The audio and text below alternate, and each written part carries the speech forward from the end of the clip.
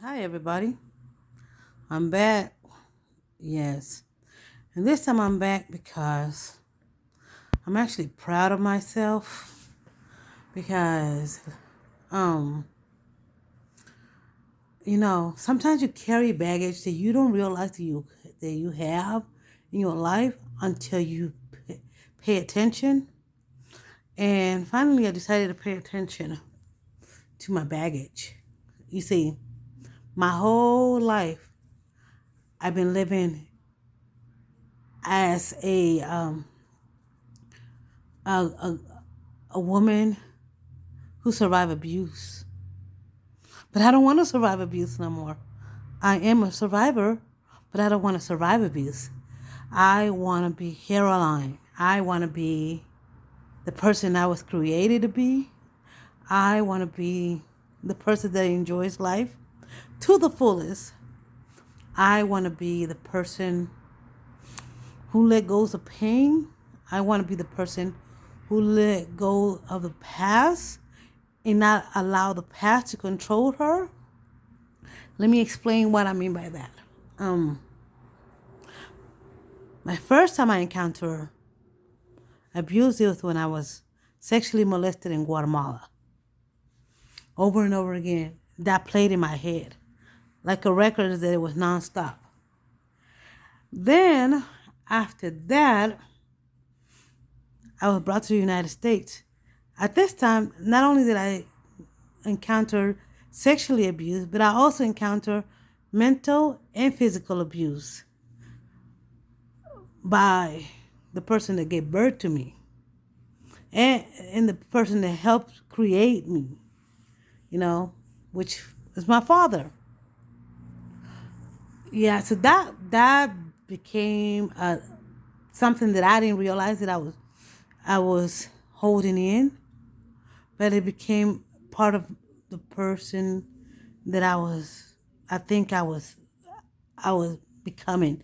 And the reason why I said that I was becoming is because um, even though I wasn't directly no longer involved with those individuals, um, they still held a place in my memory. And because they held a place in my memory and I was never able to solve and ask why they treated me that way, I saw it coming out in other areas in my life. Like uh, I became a workaholic. I became content with the things that I was in. My house would go upside down. So I saw it that it was spilling out in my house. It was spilling out and being okay with the things that I was involved in, like such as I was in a relationship. The man was not only was he physically, emotionally abusive, but he was mentally abusive as well. Um, so I yearned that abuse for so long. I yearned it so long that I held on to him. I held on to him because I wanted him back in my life because I felt that was the only way that I could love me. That was the only way someone could love me, and that was not it. Finally, one day he called and he says, and I quote, "I'm going to need you to send me $25." And I'm like, "You're not even my man, but I'm still allowing you to control me from afar?" Oh, I had to gain control of my own worth. After I gained control of my own worth, I realized it was time for me to let him go because something click. Like, wait, I've been allowed this man to mentally and emotionally abuse me for 25 years or 23, however long. I held on to my father's abandonment issues.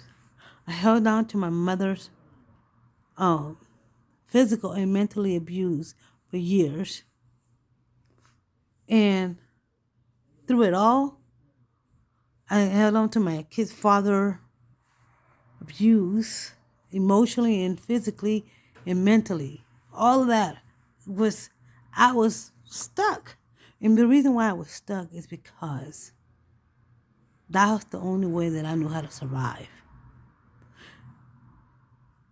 That would be also why I stuck around in a job where I was receiving the same type of abuse financially, physically, and mentally. So let me tell you what 21 did for me. 21 did so far for me has allowed me to walk away. To walk away from those individuals who have caused me harm. And it's crazy because it made me realize that the reason why people take advantage of your kindness and who you are is because they see you, but you don't see you. You know what I mean? Like, people see the trauma within you, but you don't see the trauma within you. And it's crazy because you are the one that needs to see the trauma and learn to grow and walk from it. Not them, and use it to their advantage and victimize you again. So, and I'm saying this because I had a so-called a friend that I called her. So I thought, right? I went to Vegas with her, and guess what she did to me? She gave me an edible. I don't do drugs. I don't smoke. I don't drink. But that edible affected me financially and physically because I thought I was about to die. So from that point on, I decided that if I wanted to grow within myself, I needed to dust myself off. Get up and clean myself off. And I decided to do that when I decided to take action and maintain my house. When I decided to take action and leave the environment that was making me unhappy. I left the job that I knew that when I walked in here, I was angry. I don't know if it had to do because of the COVID or I was angry because I knew that it was time for me to walk away, but I returned because I wanted some more of that abuse. But I refused to do that in this year. So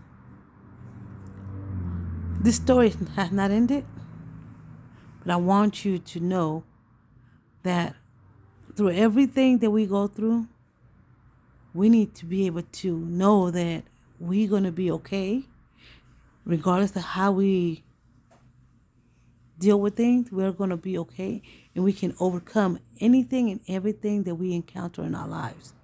People sometimes are put in our lives to make us wake up from the experience that we have encountered.